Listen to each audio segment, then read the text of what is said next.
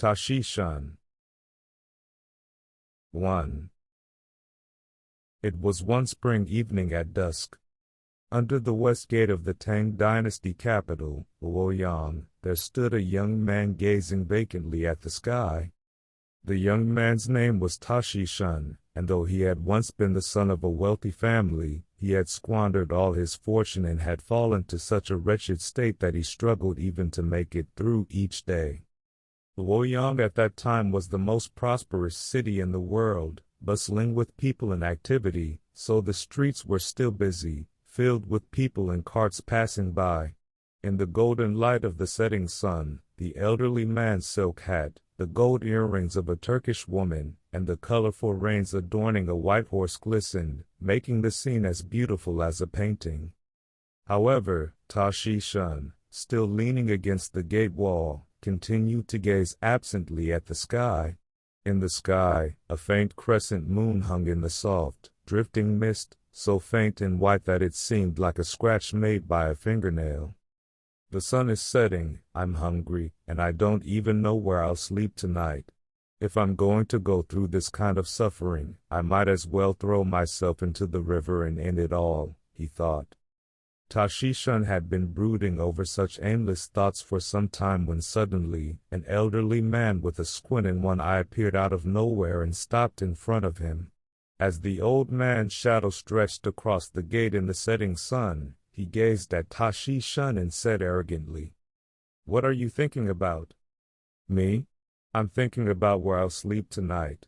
I have nowhere to go," replied Toshishun honestly, unable to lie in the face of the old man's abrupt question. "I see. That's unfortunate." The old man seemed to ponder something for a while. Then, pointing to the setting sun shining on the street, he said, "Well, let me tell you something good. Stand in the sunlight, and when your shadow falls to the ground, dig where the head of the shadow is at midnight. You'll find a cartload of gold buried there." "Really?" Toshishun raised his eyes in surprise. But to his astonishment, the old man was nowhere to be seen. Not even a shadow or trace of him remained. In the moonlit evening, the sky had grown even whiter, and over the ever-busy street, a few early bats fluttered through the air. 2. Within a single day, Toshishun became the richest man in all of Luoyang. Just as the old man had told him, when Toshishun stood in the sunlight, cast his shadow, and dug where the head of the shadow fell at midnight, he found a mountain of gold, more than enough to fill a large cart. Now a wealthy man, Toshishun immediately bought a grand house and began living a life of luxury, rivaling even Emperor Xuanzong. He had servants buy wine from Lanling, ordered longan fruits from Guizhou, planted peonies that changed color 4 times a day in his garden, and kept several white peacocks as pets. He collected jade, had brocades sewn, built carriages of fragrant wood, and commissioned chairs of ivory. The list of his indulgences could go on forever. Hearing of Toshishun's wealth, friends who hadn't even bothered to greet him on the street before now visited him day and night. The number of visitors grew daily, and within 6 months, not a single renowned scholar or beauty in Luoyang had failed to visit Toshishun's home. Toshishun hosted lavish banquets for his guests every day. These banquets were so extravagant that words could hardly do them justice. To summarize briefly, imagine Toshishun drinking wine from a golden cup, sipping a fine vintage from the West, while watching an Indian magician perform a sword-swallowing act. Around him, 20 women adorned their hair with either jade lotus flowers or agate peonies, playing flutes and zithers with delightful melodies. But no matter how wealthy one may be, money eventually runs out. Despite Toshishun's lavish lifestyle, after 1 or 2 years, his wealth began to dwindle. As his fortunes declined, the friends who had visited him daily stopped coming, and by the 3rd spring, when Toshishun had once again lost everything, there wasn't a single home in the vast city of Luoyang that would offer him shelter. Not only that, but no one would even give him a cup of water. One evening, as he stood in despair beneath the west gate of Luoyang, gazing blankly at the sky just as he had in the past, the old man with a squint reappeared from nowhere and asked him, "What are you thinking about?" Seeing the old man's face, Toshishun lowered his head in shame and remained silent for a while. But the old man, just as kindly as before, repeated his question. Nervously, Toshishun responded just as he had before. "I'm thinking about where I'll sleep tonight. I have nowhere to go." "I see. That's unfortunate. Well, let me tell you something good. Stand in the sunset, and when your shadow falls to the ground, dig where your chest is at midnight. You'll find a cartload of gold buried there," said the old man. With those words, the old man once again vanished into the crowd. From the next day onward, Toshishun became the wealthiest man in the world once more, and immediately resumed his indulgent lifestyle. Peonies bloomed in his garden, white peacocks slept among the flowers, and the Indian magician performed his sword-swallowing act. Everything was just as it had been before. But, as expected, after about 3 years, even that cartload of gold was completely gone. 3. What are you thinking about? For the third time, the one-eyed old man approached Toshishun and asked the same question. Naturally, Toshishun was once again standing under the west gate of Luoyang, gazing blankly at the thin crescent moon breaking through the mist. "Me? I'm thinking about how I have nowhere to sleep tonight and what I should do," Toshishun replied. "I see. That's unfortunate. Well, let me tell you something good. Stand in the sunset, and when your shadow falls on the ground, dig where it hits your stomach at midnight. Surely, you'll find a cartload of—" Before the old man could finish, Toshishun suddenly raised his hand and interrupted him. "No, I don't need any more money." "You don't need more money? So it seems you've grown tired of living in luxury," the old man said, staring intently at Toshishun with a curious expression. "It's not that I'm tired of luxury. I've lost faith in people," Toshishun replied, with a look of discontent on his face. "That's interesting. Why have you lost faith in people?" "People are all so heartless. When I was rich, they flattered and fawned over me, but as soon as I became poor, not a single one would even give me a kind look. Thinking about that, I feel that even if I became wealthy again, it wouldn't mean anything," Toshishun said. Hearing Toshishun's words, the old man suddenly started to grin. "I see. Well, for a young man, you seem to understand things quite well.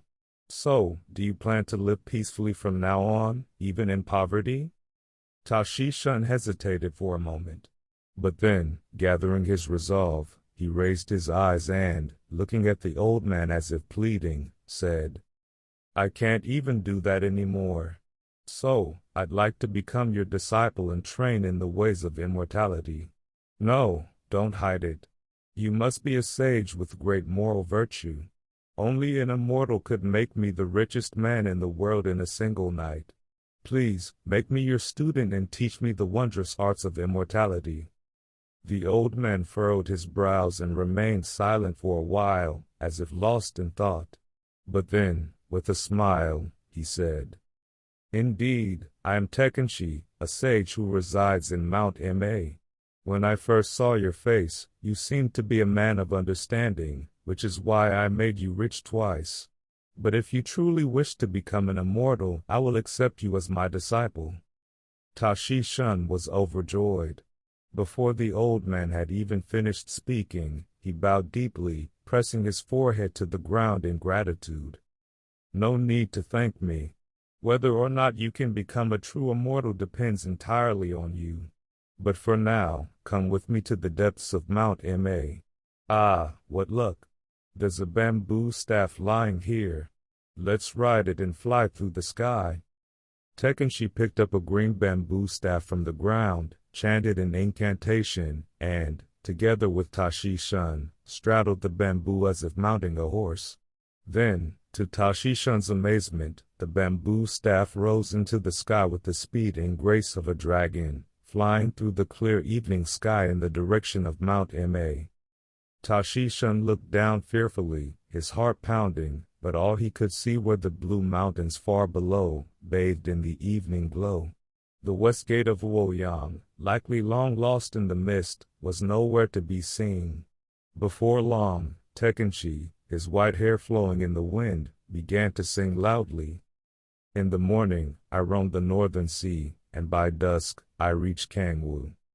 A blue serpent hides within my sleeves, for my courage is bold. Though I have entered Yueyang 3 times, no one recognizes me. Reciting aloud, I fly past Lake Dongting. 4. The bamboo that carried the two soon descended to Mount Ma. It landed on a wide flat rock overlooking a deep valley, and from the high vantage point, the Big Dipper hung in the sky, shining as large as a tea bowl. Being a remote mountain untouched by humans, the surroundings were utterly silent, with only the sound of a single twisted pine tree growing from the cliff behind them, rustling in the night wind. Once they arrived on the rock, Tekenshi sat Du Zichun down at the edge of the cliff and said, "I'm going to ascend to the heavens and meet Shuangmya. While I'm away, you must sit here and wait for my return. Most likely, many demons will appear and try to deceive you, but no matter what happens, do not utter a single word. If you speak even a single word, you can forget about ever becoming an immortal. Remember this, even if the heavens and earth are torn apart, you must remain silent. Don't worry. I won't say anything, even if it costs me my life." Good. Hearing that puts me at ease. Now, I shall take my leave.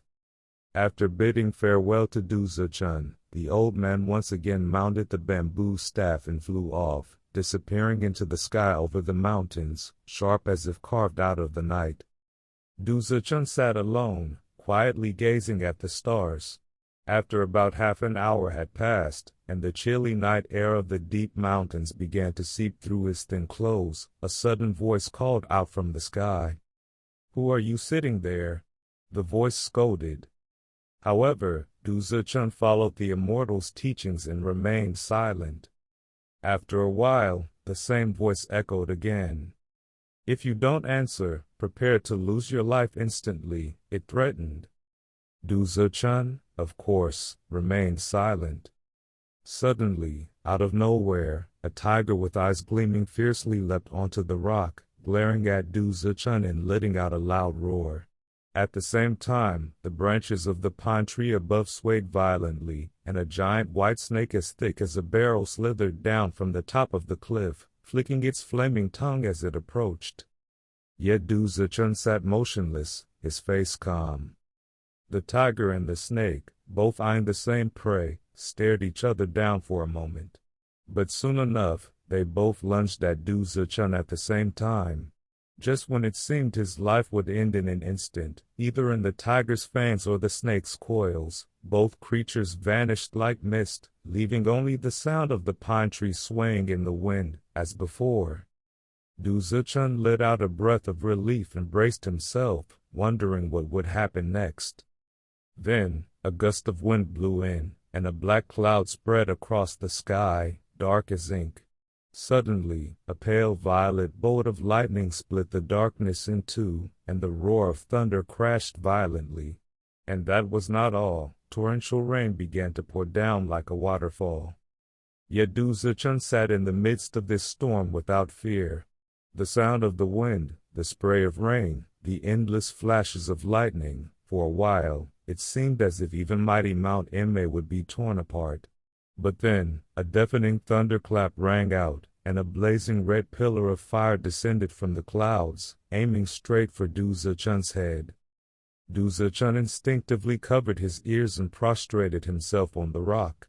However, when he opened his eyes again, the sky had cleared as before, and across the peaks of the distant mountains, the Big Dipper still shone brightly, as large as a tea bowl. Realizing that the storm, like the tiger and the snake, had been another trick of the demons taking advantage of Tekenshi's absence. Du Zichun finally allowed himself to relax. He wiped the cold sweat from his forehead and sat down on the rock once more. But before his sigh of relief had fully passed, a majestic warrior god clad in golden armor appeared before him, standing as tall as 3 men. The god, holding a 3-pronged spear, pointed its tip straight at Du Zichun's chest and, with fiery eyes, bellowed, "Who are you? This Mount Ime has been my domain since the dawn of time. How dare you, a mere human, set foot here? Answer me at once, or lose your life." But Du Zichun remained silent, just as the old man had instructed. "You refuse to answer? Very well. If you don't speak, my followers will tear you to pieces."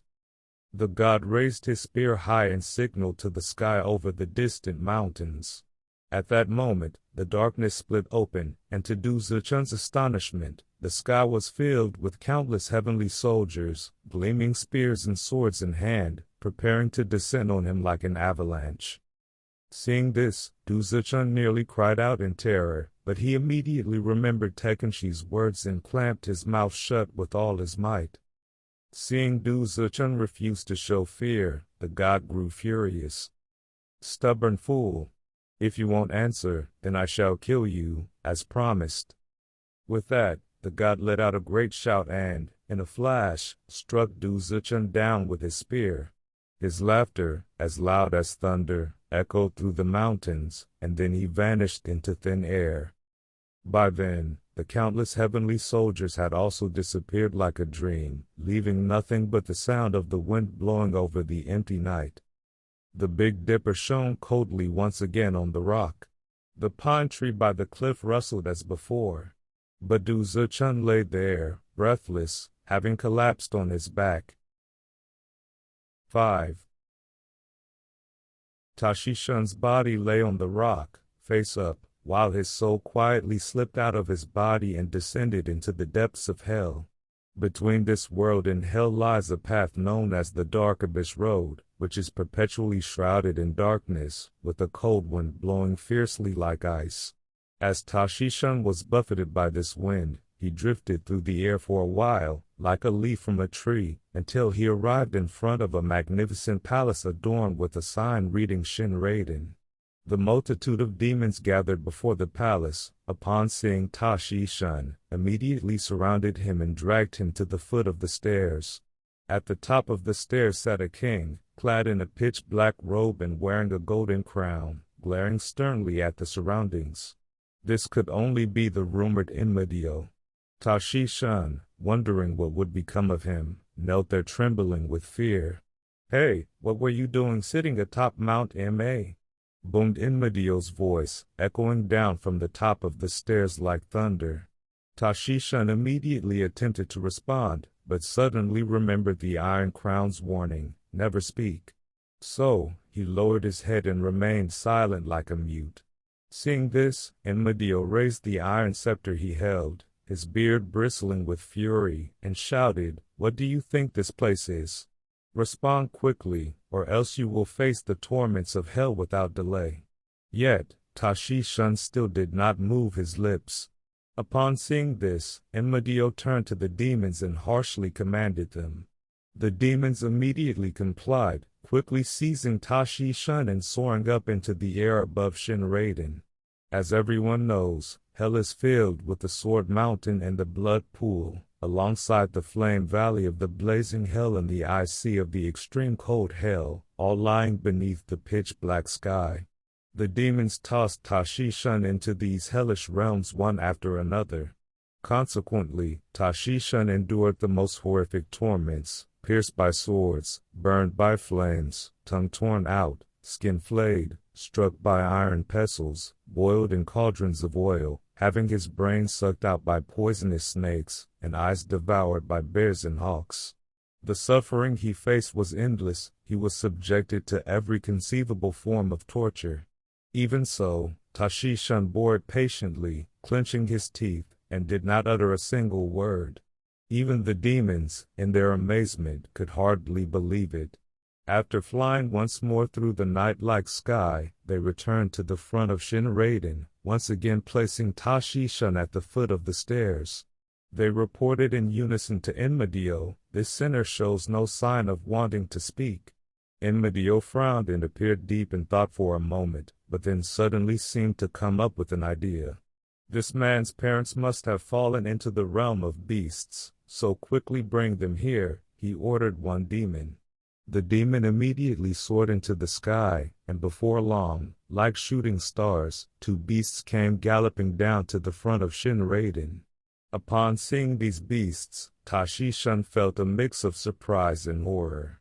This was because both creatures, though wretchedly thin horses, bore the unmistakable faces of his deceased parents. "Now, if you do not confess immediately why you were sitting atop Mount Ma, I will make your parents suffer," the king threatened. Even under this threat, Toshishun remained silent. "You ungrateful child. You think that as long as you are comfortable, it doesn't matter if your parents suffer?" Enmedio shouted in a voice so fierce that it seemed to shake the very palace. "Strike them, demons. Smash those two beasts to pieces."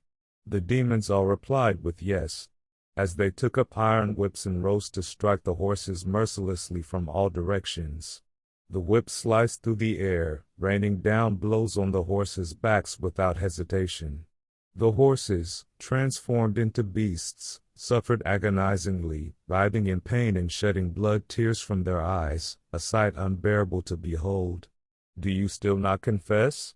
Enmedio paused the demons' whipping for a moment, prompting Toshishun again.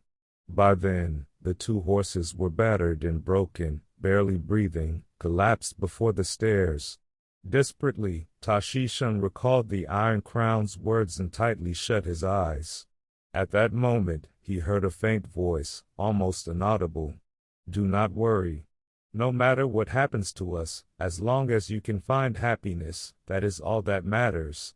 Whatever the king says, do not speak about what you do not wish to." That voice was undoubtedly that of his beloved mother. Startled, Toshishun opened his eyes. He then saw one of the horses, weakly collapsed on the ground, gazing sorrowfully at him. Even in such suffering, his mother thought of her son's feelings, showing no signs of resentment toward the demons for their beatings. Compared to the people in the world who flatter the rich and turn their backs on the poor, how precious was this spirit! What a brave determination it was! Forgetting the elder's admonition, Toshishun rushed to her side like a tumble, embracing the half-dead horse's neck with both arms, tears streaming down his face as he cried, "Mother." 6. As Toshishun noticed the voice, he found himself once again basking in the evening sun, standing absent-mindedly beneath the western gate of Luoyang.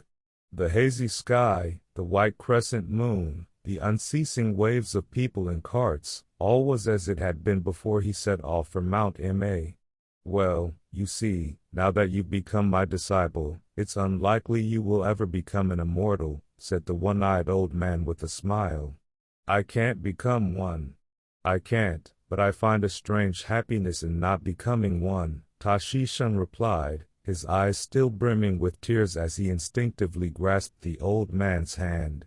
"No matter how much you might have become an immortal, I cannot remain silent while I see my parents being whipped before the palace of hell," he added.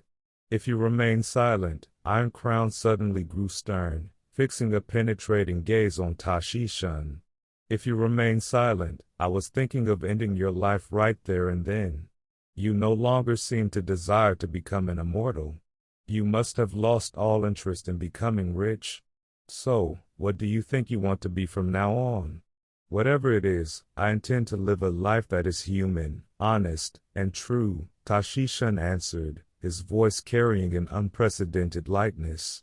"Don't forget those words." "Then I shall say this, today will be the last time we meet," Iron Crown said, already starting to walk away. However, he suddenly stopped and turned back toward Toshishun, adding, "Oh, by the way, I just remembered that I own a house at the southern foot of Mount Tai. I'll give you that house along with the land, so you should go there and make it your home. Right about now, the peach blossoms should be blooming all around the house.